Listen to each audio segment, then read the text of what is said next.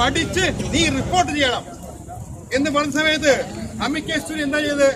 ഗോപാൽ സുബ്രഹ്മണ്യം വന്നത് പഠിക്കാൻ വേണ്ടിയില്ല, ഇവിടുത്തെ വീടുകൾ പോയി ഞം അടിച്ചു. സതീശന്റെ കൂടെ പോയിരുന്ന് അവർ ഫുഡ് കഴിച്ചു. എന്നിട്ട് അവർ തീരുമാനിച്ചു എന്തൊക്കെ പറയുന്നു? വെങ്കടാചല സുപ്രഭാതം തീരുമാനിച്ചു.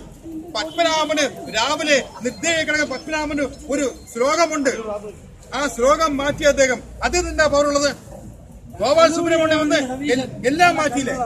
ആ സമയത്ത് മനസ്സിലാക്കേണ്ടത്, ആ സമയത്ത് ഇതൊന്നും കാര്യമില്ല. ആ സമയത്ത് ഈ ഗോപാൽ സുബ്രഹ്മണ്യം വന്ന് ഇവിടെ മാറ്റങ്ങളുണ്ടാക്കി. സുപ്രീം കോടതി ഡയറക്ഷൻ ആചാരങ്ങൾ ഒരിക്കലും മാറ്റാൻ പാടില്ല.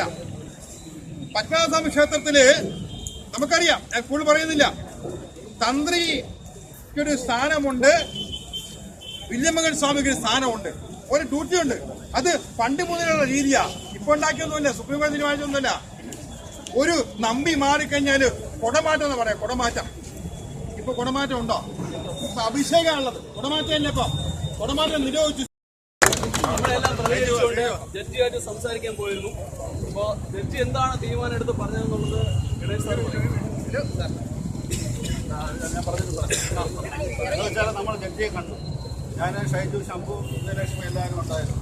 നമ്മുടെ വിവരങ്ങളെല്ലാം നമ്മൾ അവരെ ധരിപ്പിച്ചു. ഇങ്ങനെ വന്ന നാട്ടുകാർക്ക് വിഷയങ്ങളുണ്ട്. ഇതൊരു ഏകപക്ഷീയമായ തീരുമാനം എടുക്കട്ടെ. എന്ത് തീരുമാനം എടുത്താലും അതൊരു കൂട്ടായ തീരുമാനം എടുത്തിട്ട് കോടതിയുടെ വിധിയാണെങ്കിൽ നമ്മൾ നിലനിൽക്കാൻ തയ്യാറാണ്. പക്ഷേ ഇത് ആചാരങ്ങൾക്കും അനുഷ്ഠാനങ്ങൾക്കും എതിരായിട്ടുള്ള വിധിയും നമ്മൾ നാട്ടുകാർ ഒന്നടങ്കം, വിവിധ രാഷ്ട്രീയ പാർട്ടികൾ ഒന്നടങ്കം എതിർക്കുകയാണ് എന്ന കാര്യം നമ്മളെല്ലാം അവരെ ബോധിപ്പിക്കുകയുണ്ടായി. അതിന്റെ അടിസ്ഥാനത്തിൽ നമ്മളെല്ലാം പ്രതിഷേധം കണ്ടുകൊണ്ട് തന്നെ ജില്ലാ ജഡ്ജി പറഞ്ഞു തൽക്കാലം ഇത് സ്റ്റേ ചെയ്യുകയാണ്.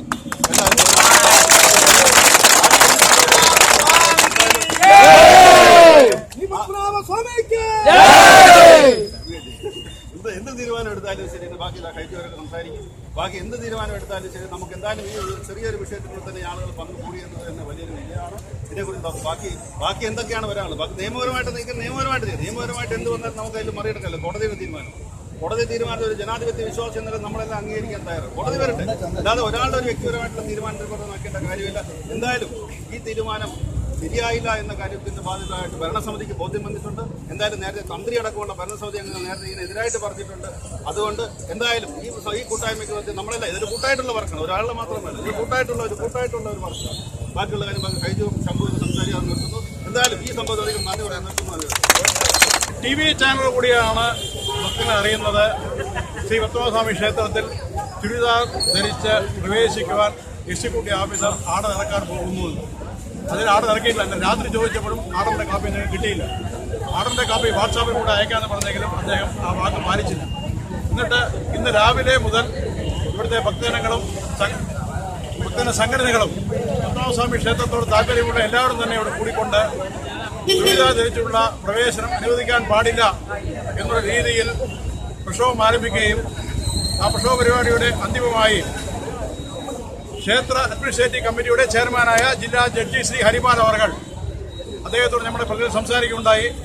അതിനെ തുടർന്ന് അദ്ദേഹം ക്ഷേത്ര എക്സിക്യൂട്ടീവ് ഓഫീസറുടെ ആർഡർ പിൻവലിക്കാമെന്നും ചുരിദാർ ധരിച്ച് പ്രവേശനം അനുവദിക്കുന്നത് താൽക്കാലികമായി ഞങ്ങൾ തടയുന്നു എന്നും ഉള്ള ഒരു ആർഡർ ഇറക്കി.